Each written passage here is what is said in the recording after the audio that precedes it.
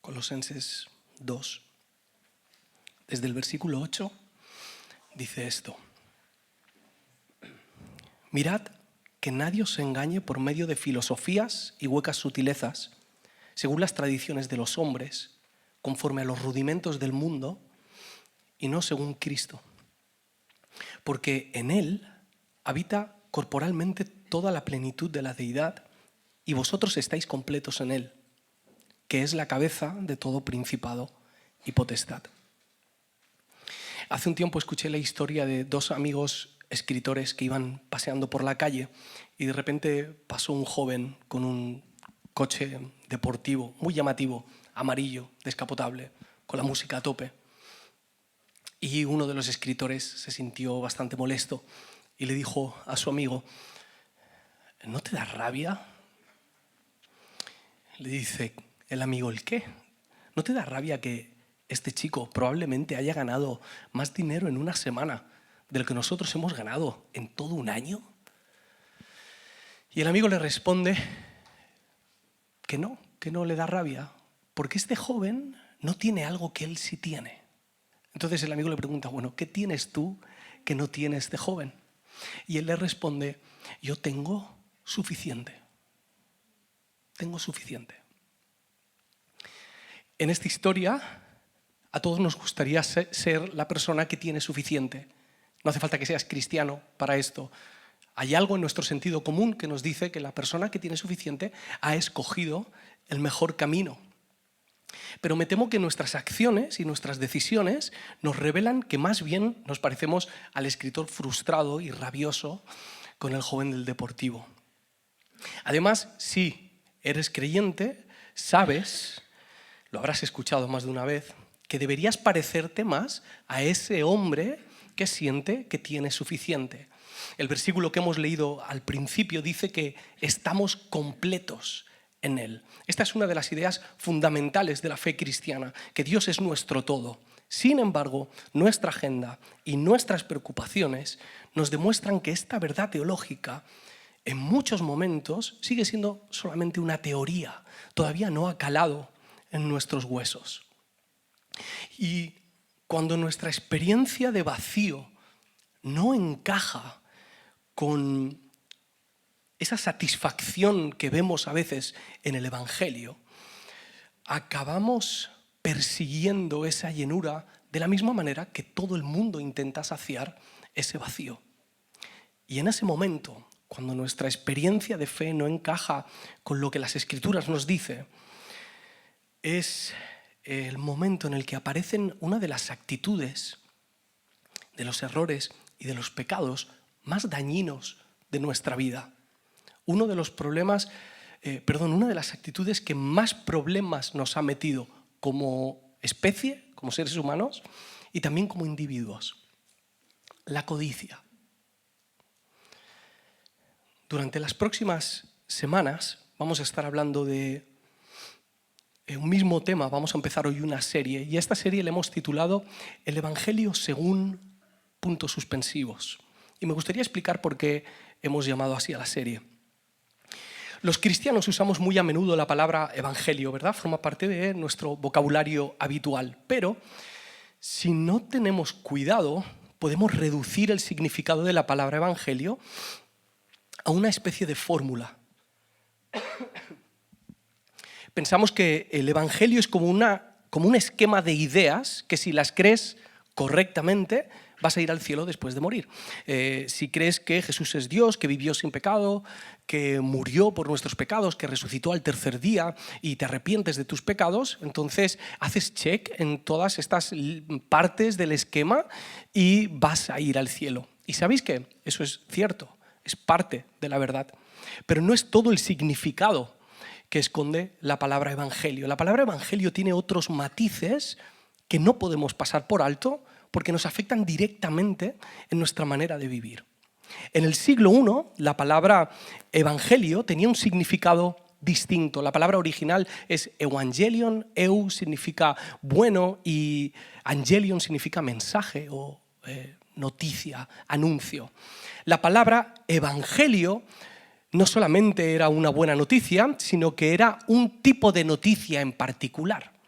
Era una noticia que estaba asociada con el anuncio de la victoria de un rey, la victoria en una batalla.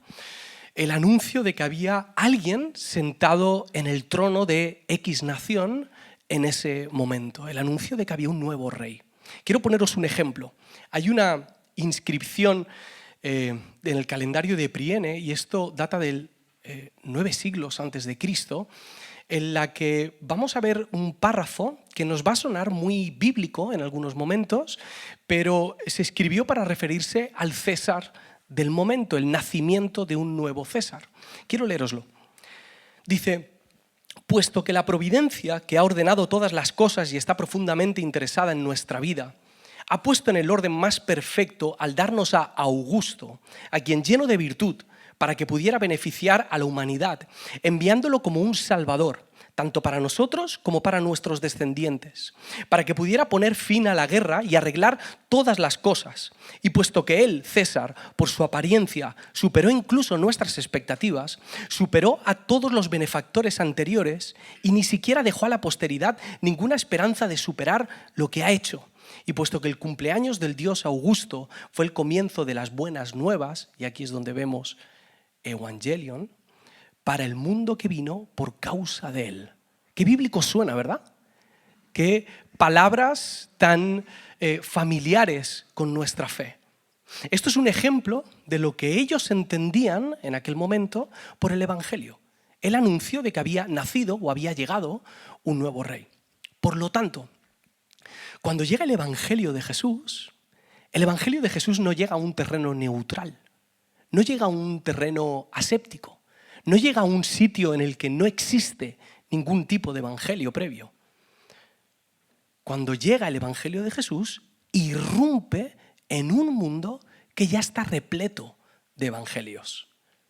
De la misma manera que cuando el Evangelio de Jesús llega hoy, llega a una cultura que tiene distintos evangelios, entre comillas. El Evangelio de Jesús llega como un meteorito, no solamente para brillar, sino para destruir todos esos otros evangelios, aquellos evangelios que hemos decidido creer, aquellos evangelios en los que ya hemos puesto nuestra confianza previamente. Cuando Jesús nos llama, no solamente descubrimos el llamado de Jesús, no solamente descubrimos su evangelio, a la vez Jesús nos muestra y nos revela, nos hace ser conscientes de aquellos evangelios que estaban antes. Descubrimos que ya estábamos siguiendo a algo o a alguien. El llamado de Jesús a ser discípulos suyos es también el llamado de Jesús a dejar de ser progresivamente discípulos de cualquier otra cosa, de cualquier otro pensamiento, de ídolos, de verdades, entre comillas, de evangelios. Estas semanas vamos a conversar sobre otros evangelios. Y hoy vamos a hablar en concreto del evangelio de la codicia. Porque en muchos momentos de nuestra vida nos comportamos como si la codicia fuese a darnos la salvación que tanto anhelamos. Creo que hablar de la codicia es oportuno prácticamente cualquier día de nuestra vida, pero muy especialmente en el inicio del año, porque al inicio del año empezamos a soñar y a planificar con ciertas cosas para ver si al terminar el año hemos logrado llenar ese vacío que a lo mejor ha dejado el 2024. El Evangelio según la codicia resulta muy tentador cuando te sientes insatisfecho, cuando crees que no tienes suficiente. ¿De qué hablamos cuando hablamos de la codicia? Podríamos resumirla de manera general como un deseo muy intenso por obtener algo que no te pertenece. Pero desde la Biblia podemos indagar un poco más y comprender... Muchas gracias, Marta. No sé si me va a dar tiempo, pero gracias. Desde la Biblia podemos excavar un poco más y comprender cuál es el significado más profundo y qué implicaciones tiene en nuestra vida la codicia. Lo primero que entendemos de la codicia en la Biblia es que la codicia es pecado. Sé que esto es una obviedad enorme y me gustaría explicar brevemente por qué es importante esto. En Éxodo 20 leemos los 10 mandamientos y el último mandamiento dice esto. Éxodo 20, 17. No codicies la casa de tu prójimo, ni codicies su esposa, ni su esclavo, ni su esclava, ni su buey, ni su asno, ni nada que le pertenezca. Este mandamiento forma parte de la ley de Jehová, de aquellas cosas que no debemos hacer. Por cierto, no solo cosas que no debemos hacer, sino aquellas cosas, aquellas leyes que formaban parte de la nueva libertad que el pueblo de Israel estaba experimentando. Ellos eran esclavos y esto forma parte de su nueva identidad y libertad. Así que aquí leemos muchas cosas que no debemos hacer y esta es una de ellas. Pero ¿por qué no debemos hacerlas? Hay una idea en el inconsciente, creo que colectivo, que viene a decir que el pecado son todas aquellas cosas divertidas de las que Dios nos quiere privar. Son todas aquellas cosas divertidas, entretenidas, placenteras, que el Señor dice, pues ahora, por fastidiar, te las quito. Como si el Señor quisiese mantenernos infelices o quisiese mantenernos oprimidos y sin libertad. Sin embargo, lo que Dios llama pecado, los pensamientos, las actitudes y las acciones del pecado son aquellas cosas que amenazan la relación que nosotros podemos tener con Dios, la relación que nosotros podemos tener con nosotros mismos y la relación que nosotros tenemos en comunidad y en armonía. Por eso es pecado. Por eso Dios aborrece el pecado. Por eso a Dios le molesta y le indigna el pecado, porque nos rompe la relación que Él quiere tener con nosotros y que quiere que nosotros tengamos. Es interesante, aunque no sé si la palabra ideal es interesante, es más bien triste, que aunque el sentimiento de codicia es desagradable, porque no resulta placentero, seguimos dejando que guíe nuestra vida. Seguimos dejando que la codicia tome nuestras decisiones, que se haga con nuestra agenda, que se haga con la cuenta del banco, con nuestras horas de sueño. El pecado de la codicia es tan desagradable como adictivo. La codicia es pecado, pero vamos más allá. La codicia es idolatría. Colosenses 3:5 dice, haced morir pues lo terrenal en vosotros, fornicación, impureza, pasiones desordenadas, malos deseos y avaricia, que es idolatría. Pablo escribe que estos deseos desordenados son idolatría, es decir, que la codicia afecta directamente nuestro sistema de creencias. Tiene el potencial de sustituir a Dios por cualquier otra cosa que nosotros deseemos con locura.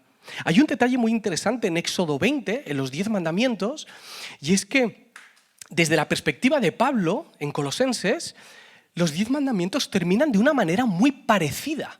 Me explico. El primer mandamiento es el de no tener otros dioses delante de Dios. Y el último mandamiento es el de no codiciarás, que según Pablo es idolatría.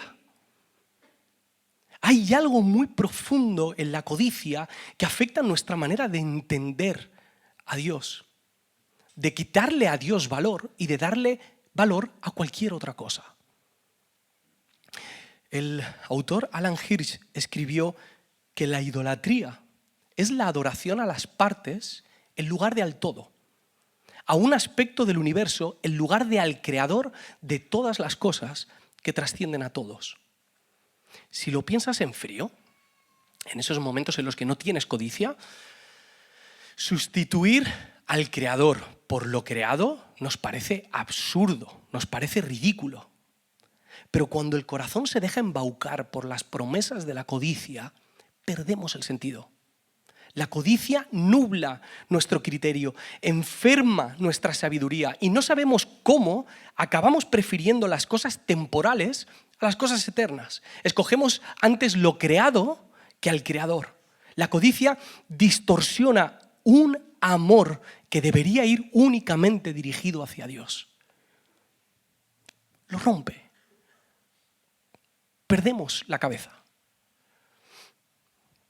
La codicia es pecado, la codicia es idolatría, pero podemos excavar un poquito más profundo.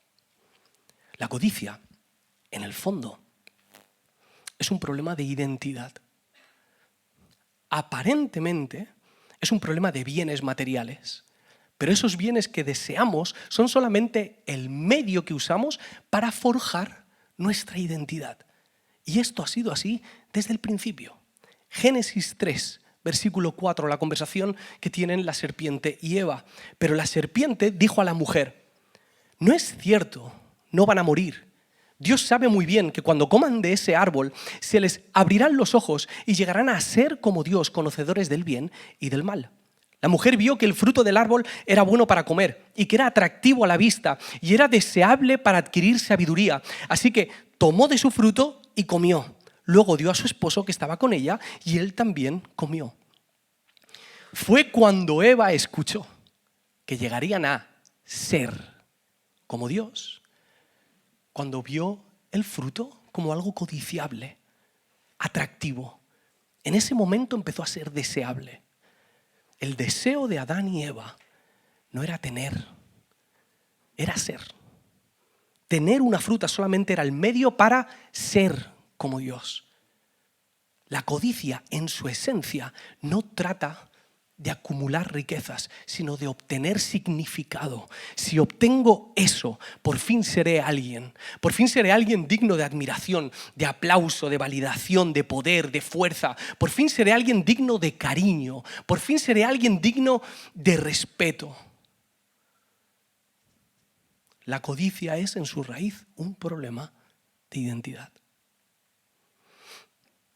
Es cada vez más importante que indaguemos y profundicemos en las múltiples formas en las que la codicia nos afecta, en diferentes capas de nuestra vida.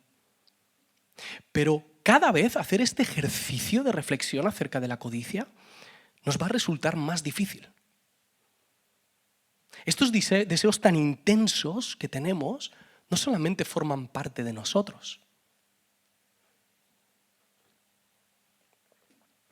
Estos deseos tan intensos son el aire que respiramos. Forman parte de nuestra cultura. Hasta el punto que la codicia se ha convertido en nuestro oxígeno. Es el combustible de nuestra vida. Lo que pasa es que no lo llamamos codicia, obviamente. Qué feo sería, ¿no? Decir, soy una persona bastante codiciosa, ¿no? Como una de tus virtudes. No, le llamamos ambición. Soy una persona con mucha ambición. Pero no deja de ser un eufemismo. Es una máscara de un deseo intenso, profundo y desordenado por obtener aquellas cosas que no nos pertenecen. Y vivimos en un mundo que conecta muy rápido con nuestra carne. Vivimos en un mundo lleno de disparadores que encienden esa codicia en nosotros. Por eso es tan importante que identifiquemos en nuestra cultura el Evangelio según la codicia. Uno de los disparadores de nuestra codicia más potentes es la comparación. Recordemos el texto de Éxodo 20. No codicies la casa de tu prójimo, ni codicies su esposa, ni su esclavo, ni su esclava, ni su buey, ni su asno, ni nada que le pertenezca. Fijaos que no dice, no codicies una casa. No codicies un asno. Lo que dice es no codicies la casa de tu prójimo. Cuando miramos al vecino, cuando vemos al prójimo o al hermano, a la hermana de nuestra iglesia, hay algo automático en nosotros que inmediatamente empieza a hacer cuentas, empieza a hacer comparaciones y se enciende la mecha de nuestra codicia. Y esto lo podemos hacer deseando a su esposa, a su esposo, su casa, su trabajo. Pero también podemos hacerlo deseando su llamado. Vestimos de piedad la codicia y deseamos los dones de la otra persona, el ministerio de la otra persona, el carácter cristiano de la otra persona, la posición de la otra persona, incluso la iglesia de la otra persona, aquella iglesia o aquel pastor, aquel ministerio internacional. Ahí es donde se empieza a despertar nuestra codicia. Y antes, para codiciar, tenías que salir a la calle. A lo mejor incluso prestar atención y conocer a la persona. Hoy en día, para codiciar, no tienes que salir de tu casa. tenemos un dispositivo lleno de codicia en nuestro bolsillo. Y en esas propias redes sociales nosotros encontramos un lugar donde compararnos. Qué vida tan hermosa tienen todos en Instagram, ¿verdad? Qué guapos somos todos en Instagram. A veces veo vuestra foto de perfil y os veo aquí un domingo y juraría que no sois los mismos. Esa manía de poner foto de perfil de cuando éramos flacos, ¿no? O la foto de boda.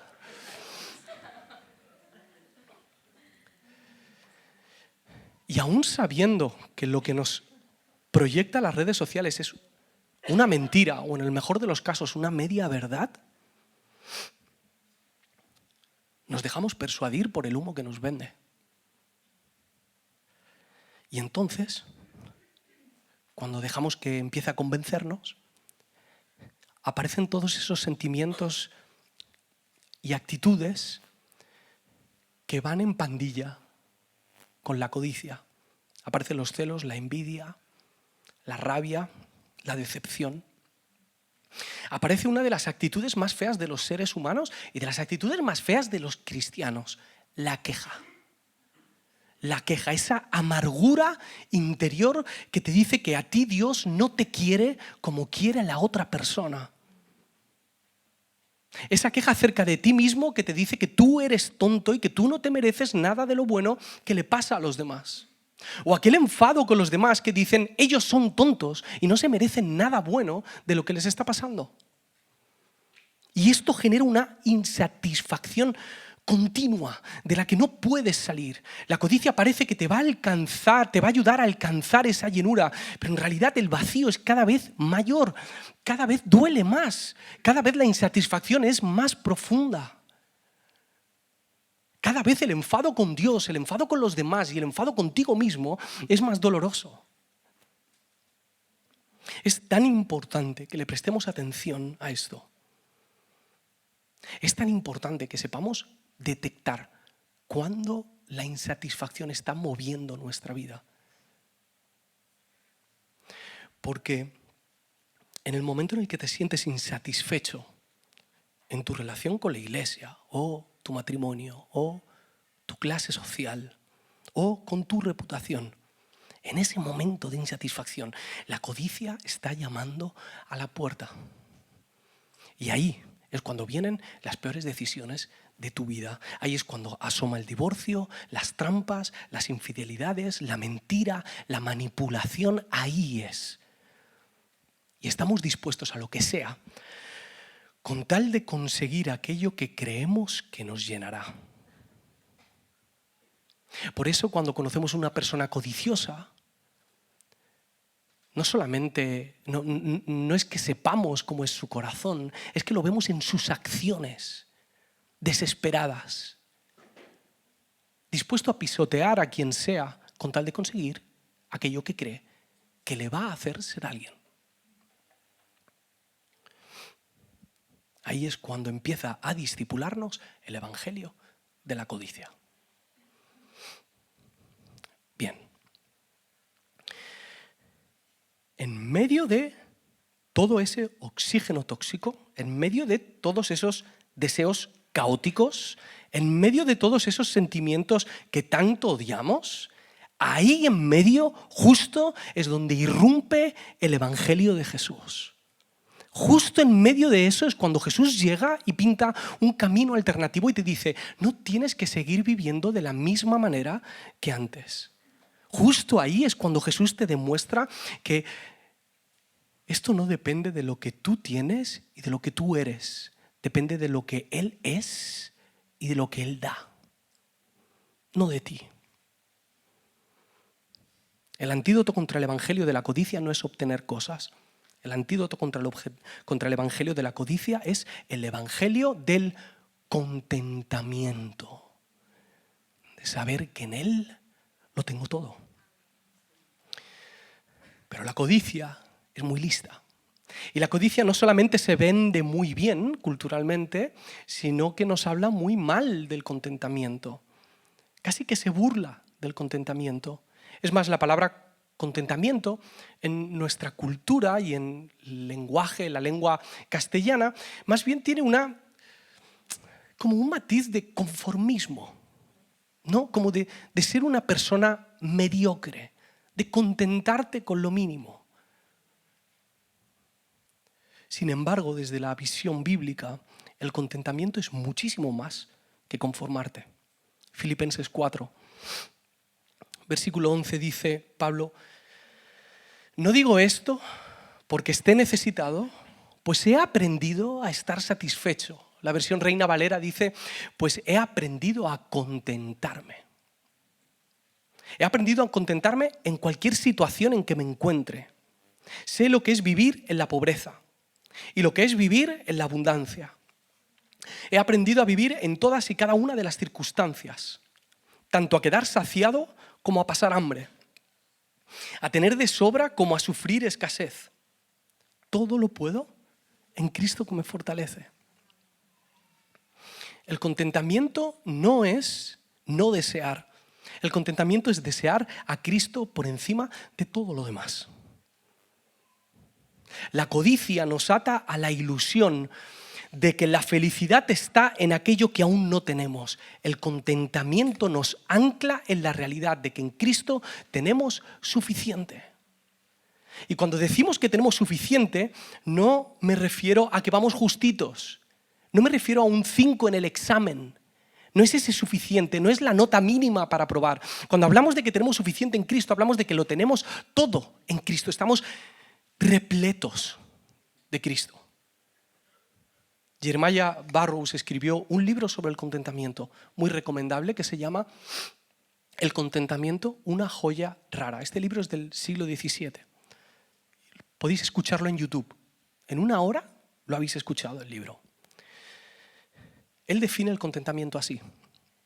El contentamiento cristiano es un dulce interno, tranquilo y grato estado del espíritu que se somete libremente y se deleita en el sabio y paternal proceder de Dios en cualquier situación. Es decir, el contentamiento es la confianza de que Dios está actuando sabiamente y a tu favor, sea cual sea la situación por la que estés pasando. Es ese deleite, es esa calma del alma, es esa quietud de saber que estás en buenas manos. Pero cuando pasamos por situaciones difíciles, es difícil sentir contentamiento, bastante complicado. Las situaciones difíciles nos hacen sentir poca cosa, ¿no? Como que las crisis sacan las costuras, nos hacen sentir unos mindundis espirituales, ¿no? No tengo la madurez que tuvo Pablo para sentir contentamiento. Quiero animarte con un detalle de este versículo que hemos leído de Pablo. Y es que Pablo no siempre se sintió así. Es más, el texto dice que aprendió a contentarse. Aprendió. Eso quiere decir que pasó por momentos en los que no sabía contentarse y con el paso del tiempo y la experiencia con Cristo aprendió a tener esa satisfacción en Dios. Tu situación difícil no está diseñada para avergonzarte espiritualmente. Está preparada para formarte espiritualmente. No es para que digas, yo no puedo. Es la oportunidad de que Dios te demuestre que Él sí puede darte contentamiento y satisfacerte en medio del momento difícil. ¿Cómo podemos aprender esto? ¿Cómo podemos sacar provecho de estos momentos difíciles para que el contentamiento le gane a la codicia? Quiero proponeros 3 pasos para que incorporemos este año en nuestra relación con el Señor y en nuestros momentos de encuentro con Él, de oración y de lectura de la palabra, de meditación, de silencio, de ayuno. Y me vais a dejar beber té porque estoy todo el rato aguantando la tos.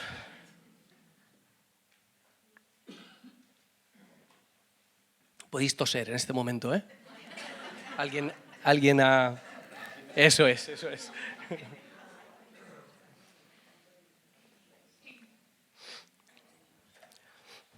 Lo primero que creo que puede ayudarnos a desarrollar el contentamiento es lo siguiente.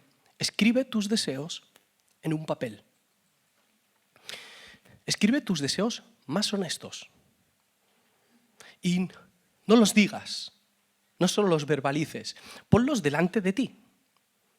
¿Cuáles son tus deseos más profundos? No tienes nada que demostrarle al Señor. El Señor sabe cuáles son muchísimo mejor que nosotros. La cuestión es si nosotros somos conscientes de esos deseos o no.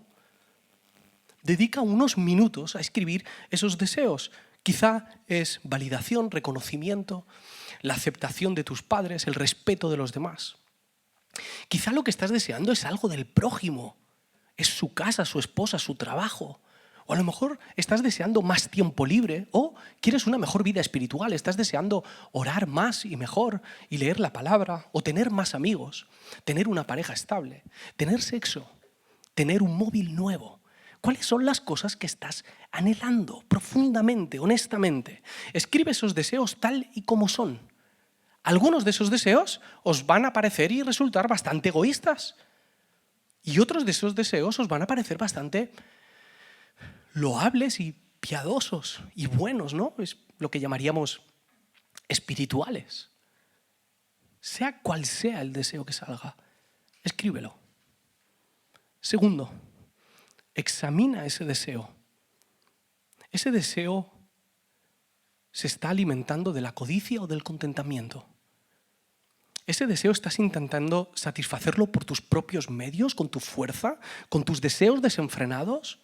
¿O estás contento con ese área de tu vida? ¿Estás contento en Cristo? Si no es así, si descubres que en el área económica, por ejemplo, estás muy desesperado y codicioso, pídele al Señor que te dé contentamiento.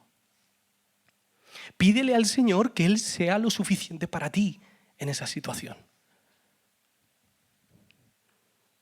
Y tercero, haz todo lo que esté en tu mano para conocer más a Jesús, para que Jesús sea tu plenitud. La única manera de que Jesús sea suficiente para ti es conociendo a Jesús. Lee la Biblia y ora cada día y tú crecerás.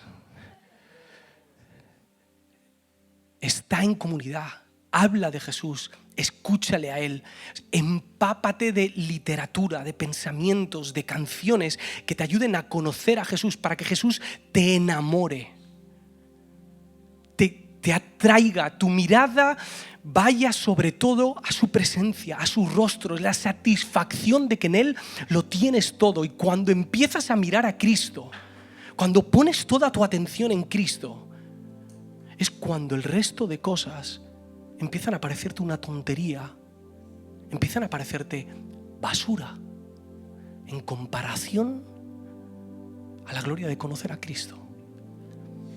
Tus ojos.